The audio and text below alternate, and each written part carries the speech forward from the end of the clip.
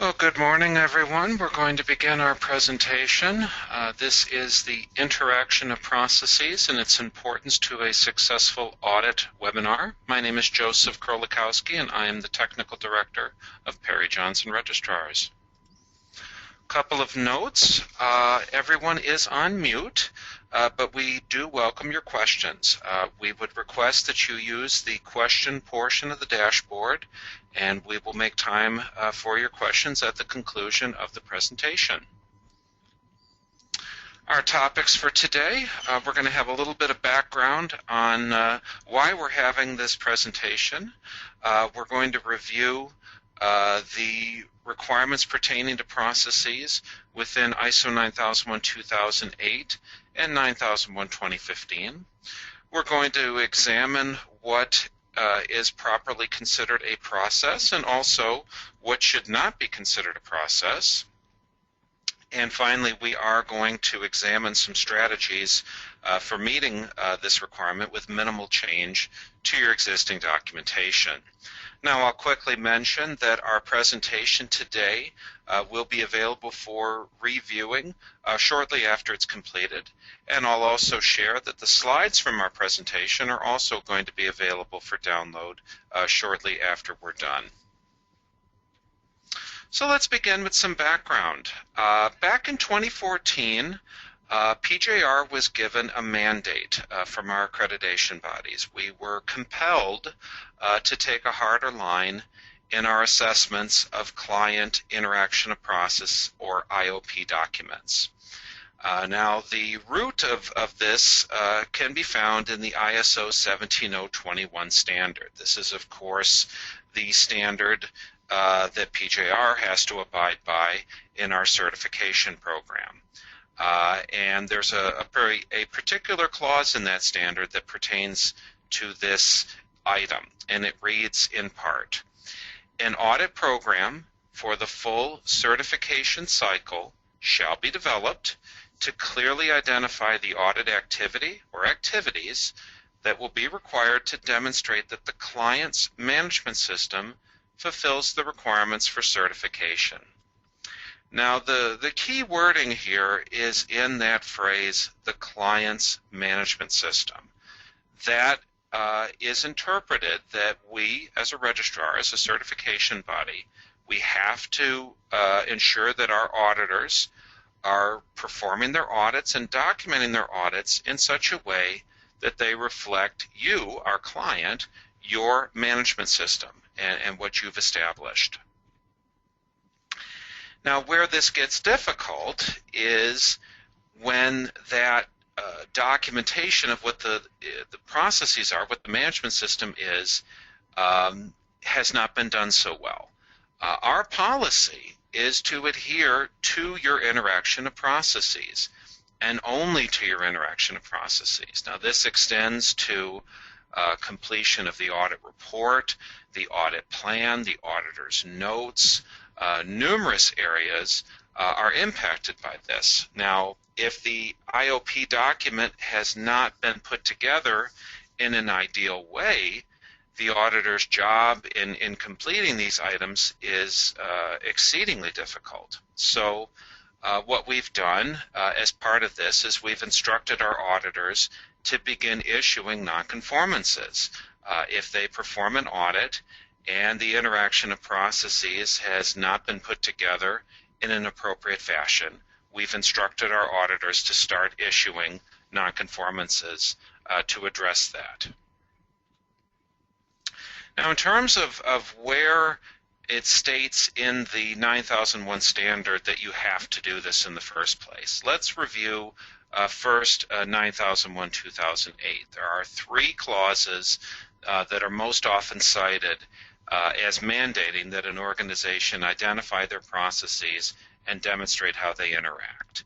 The first two of these are taken from Clause 4.1, which is the very beginning of the standard, where it states that an organization shall determine the processes that are needed for the system and their application throughout the organization.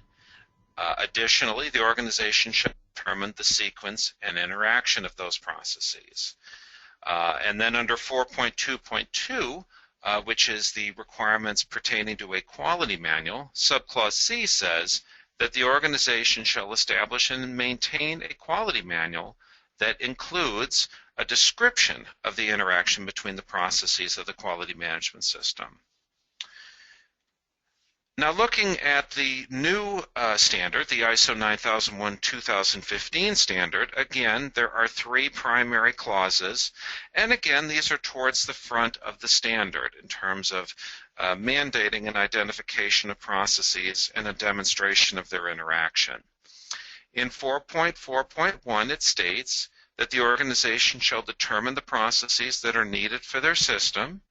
The organization shall determine the sequence and interaction of their processes, and the organization shall maintain documented information to support the operation of its processes. So the wording has changed a bit, but the intent is still very much there. You have to identify what are the processes that make up this quality system. How do these processes interact with each other? So taking a step back and asking the question, what is a process? Let's have a look at how process is defined in the 9000 standard. Now, ISO 9000 is called Fundamentals in Vocabulary. All of the sanction definitions are found within this document. And for process, the following definition is given: a set of interrelated or interacting activities that use inputs to deliver an intended result. Now, again, there's some key verbiage in here that I want you to hone in on. And in this case, it's interrelated or interacting activities. Now, that verbiage, those words, establish a key aspect of what a process is not. A process is not a single step. It is a series of activities that are focused on a shared goal, the intended result, as it's stated in the definition.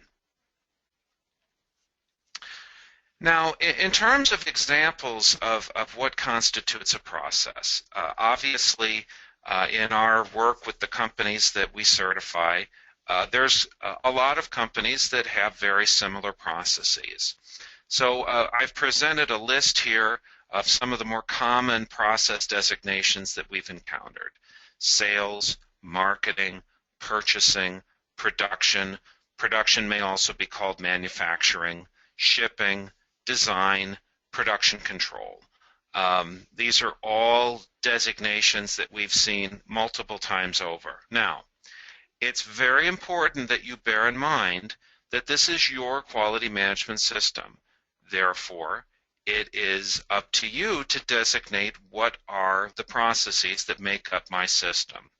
Now, if you state to us that your quality system is made up of 4 processes: sales, purchasing, production, support, it's completely acceptable for your IOP to reflect as much. So whatever makes the most sense for you in terms of, I can look at this interaction of processes and see my organization, my company on this page, and see the processes that make up who we are.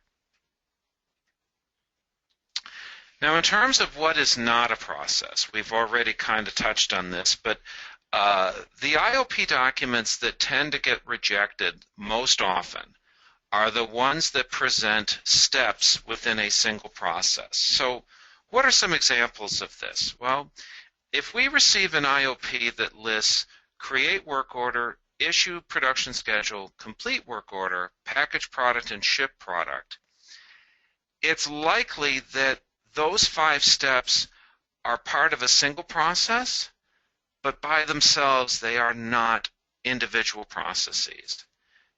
So when we receive an interaction of process document that bears these kinds of items and indicates that these are the processes of the system, typically we're raising questions of validity in those cases. Where this becomes extreme is in some cases we get an interaction of process document that has 40 steps on it. And we have to ask the question, well, does this organization have 40 processes, or is there a smaller number of processes that share these steps? So this is the challenge that we're facing. Now, in terms of a strategy, obviously, for a lot of our clients, probably all of our clients, we know that careful thought and consideration went into the development of the IOP. And we are also very aware that it's disconcerting to be told that something that has been looked at year in and year out and was accepted is now suddenly unacceptable. So what we wanted to do is, for the balance of our presentation today, we want to give you some strategies on how you can work with an existing IOP and bring it up to snuff, so to speak, with these new expectations. We're going to review an example of an interaction process, and we're going to improve it in two key ways. We're going to begin with a review of the raw IOP. Now, please note that this is not an IOP that was developed by any particular client. It was developed solely for the purpose of this presentation. So here's our raw IOP. And you'll note, like we looked at earlier, rather than processes, what we've got here are steps in the process. Customer order received, order entered into mainframe. Down here we have some production type activities going on, assembly, stamping. We have a shipping activity here. This potentially may be a process by itself, but if we add up the number of steps on here, we have 12 steps. So are we saying as an organization that we have 12 individual processes, or is there something else going on here? Our first improvement is going to be the identification of support processes. Now, some of the IOP documents that get rejected, they lack a specific place to identify what a lot of companies consider to be their support processes. Now, bear in mind that neither ISO 9000 nor ISO 9001, neither of them draws any particular distinction between a classification of processes. However, we do see this idea of core processes and support processes. We see this being used often, so it's a very common way of designating processes. So, and as a result of that, a lot of what a company would consider support or management ends up getting left off of the IOP. So what are we referring to when we refer to support processes? Well, this could be a number of things. Could be management review, could be internal audits, could be training, could be risk management, could be a number of things. So let's start by applying this improvement to our test model. Okay, so we've got the same test model here, only now we have a support process box. And you'll note that these arrows here are disconnected arrows. And the intent, obviously, is that these support processes support the entirety of the quality system at large. Each of these activities is a support for every other step within the system. Now we're going to do a second improvement, and that is we're going to create a key that identifies what these processes actually are. What this enables the IOP to do is it stays as is, but it serves the quality system and the audit process by naming the processes that are made up by these process steps. So let's make this additional improvement now to our test model. Okay, so now we've got a set of color coding here. Now this can be done with color coding, with numbering, with alphanumeric characters, with any number of things. But what we've done here is we've identified 6 processes. We have a sales order entry process designated in orange, a purchasing process designated in green, our production process in yellow, a quality process identified in red, shipping is a standalone process in purple, and then support down here in blue. 6 named processes. So now we've got something. We've kept the content of the IOP just as it was before, but we've accomplished 2 key things. We now have a definitive identification of what the processes are, and we have a reflection of support processes. This is an IOP that is now ready for audit assessment. Now, obviously, there's more than one way to accomplish this, and over the years, PJR has seen and accepted a number of different approaches in fulfilling this requirement. So we thought we would share some of these with you. Now, a couple of these are from clients of ours. In all cases, permissions were granted for using these IOPs. Here's our first model. Kind of a flow down model where we have a singular flow of activity beginning with a contract process. And you'll note over here, again, similar, we have support activities kind of impacting the system at large. And you'll even note here they've opted to number these steps as a means of further identifying that we have in total 8 processes. Here's another model. In this case, they went to some effort to show the interaction between these various processes. But again, the core processes are called out here. In this case, there are 6 of them. And we have a management-related item over here, which we would accept as, again, the support processes. Here's another approach that can be taken. This particular approach is actually called swim lane. In this case, we have 4 named processes here: sales, purchasing, production, support. And you can see how this document shows the sales process ultimately leading to a work order, which triggers production. Purchasing also kind of being independent, but in the final step sort of impacting sales' ability to issue work orders and also, again, triggering production. And then down here, these various named support processes, again, impacting the quality system at large. In this particular case, the company opted to highlight what their core processes were. In this case, there are 5 of them.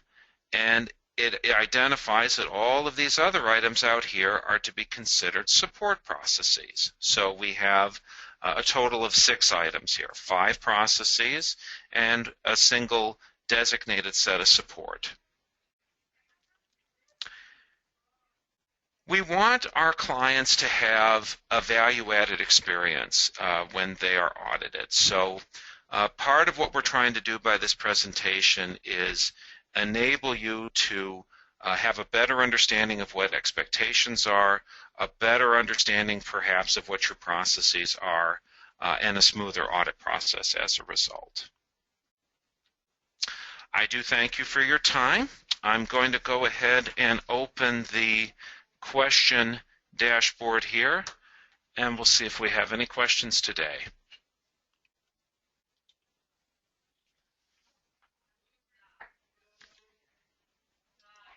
Okay, I'm ready here. Any questions on today's presentation?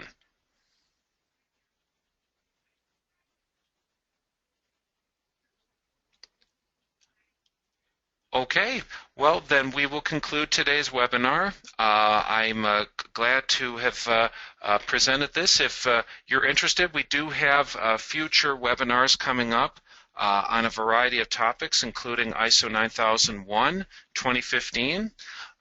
We do have a question here from Raul Vasquez. What about goals?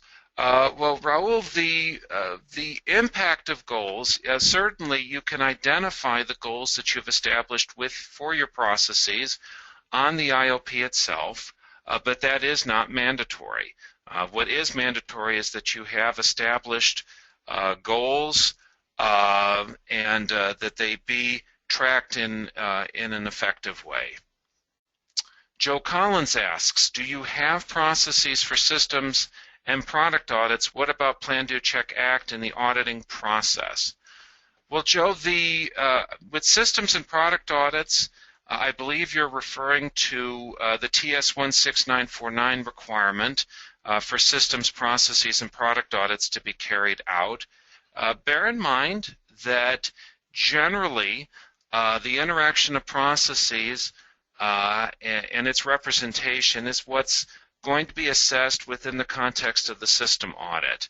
Under TS 16949, product audits are most commonly, although not exclusively, understood as the doc auditing process. And in terms of Plan, Do, Check, Act, certainly Plan, Do, Check, Act cycle impacts the understanding of processes, but you don't have to specifically show the PDCA cycle in your representation of your processes and how they interact. Any further questions today?